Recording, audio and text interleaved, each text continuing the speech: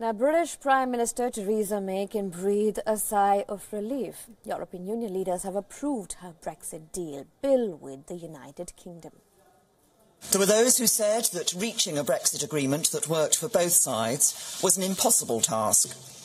From the start, I rejected that counsel of despair and set about negotiating a deal that worked for the UK and the EU, one that delivered on the result of the referendum and set us on course for a prosperous future, while maintaining a close relationship with our friends and neighbours. Thanks to the hard work of both sets of negotiators, that is what we have today agreed.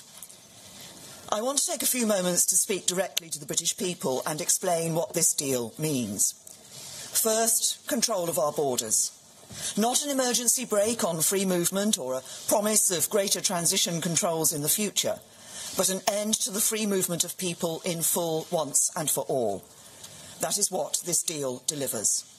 It will allow us to put in place an immigration system based not on where people come from, but on the skills and talents they have to offer. That is in our national interest. Second, control of our money. Not a reduction in our membership fee, not a bigger budget rebate, but an end to vast annual payments being sent to the EU. That is what this deal delivers. The crucial announcement came barely an hour after the meeting of the European Union leaders in Brussels. EU Chairman Donald Tusk announced that European leaders of 27 states have approved the deal with Britain. The European Council approved the political declaration setting out the framework for the future relationship between the European Union and the United Kingdom of Great Britain and Northern Ireland. Ahead of us is the difficult process of ratification as well as further negotiations. But regardless of how it will all end, one thing is certain. We will remain friends until the end of days.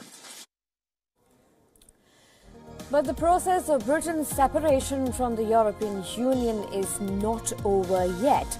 UK Prime Minister Theresa May will now have to persuade the MPs in the UK Parliament to support the deal. This next hurdle would prove like an acid test for the Prime Minister and for her party, the Conservatives. For it is not just the opposition vowing to vote the deal down, but also certain members from her own party adopting a similar stand. Reacting to the agreement approved in Brussels, UK opposition leader Jeremy Corbyn has said that his party, which is the Labour Party, will oppose the government's Brexit deal in Parliament. Corbyn also described the deal as, quote-unquote, a miserable failure of negotiation. And just to give a sense of how it will not be an easy walk for the British Prime Minister, here's what Britain's Foreign Minister Jeremy Hunt has to say. And the arithmetic at the moment is looking challenging, but a lot can change over the next 2 weeks. There's also a huge amount that we've achieved, not just the ending of free movement of people, the ending of large annual payments, the coming out of the common fisheries policy, the common agricultural policy, largely ending the jurisdiction of the European Court of Justice. So it gets us a lot of what we wanted, not everything. Now, the Parliament is expected to vote on the deal in December. If the deal gets through the UK Parliament, it will go through the European Council, where a majority of countries will have to approve it. The deal will also need to be ratified by the European Parliament. But what if the deal is not approved by the UK Parliament? Well, a number of possibilities still exist, including Britain leaving with no deal at all, and an attempt to renegotiate the deal, or the general election, which potentially means hard Brexit. In a letter addressed to the nation, May claimed that the deal was not in the best interest of the nation and worked for all parts of the UK seeking support of Britain's on the deal. She asserted that leaving EU in March 2019 will mark, quote-unquote, a new chapter in Britain's life. It was not just the UK Prime Minister batting in favour of the deal, but EU leaders also urged the Britons to take back the deal amid fierce opposition in the UK Parliament.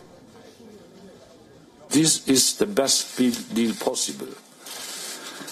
I'm inviting those who have to ratify this deal in the House of Commons to take this in consideration. This is the best deal possible for Britain. This is the best deal possible for Europe. This is the only deal possible. The only deal possible. And I would like to add one sentence concerning the civil servants coming from Britain, those who are at the service of the Commission. Nobody of them will be pushed out. Nobody will be ejected.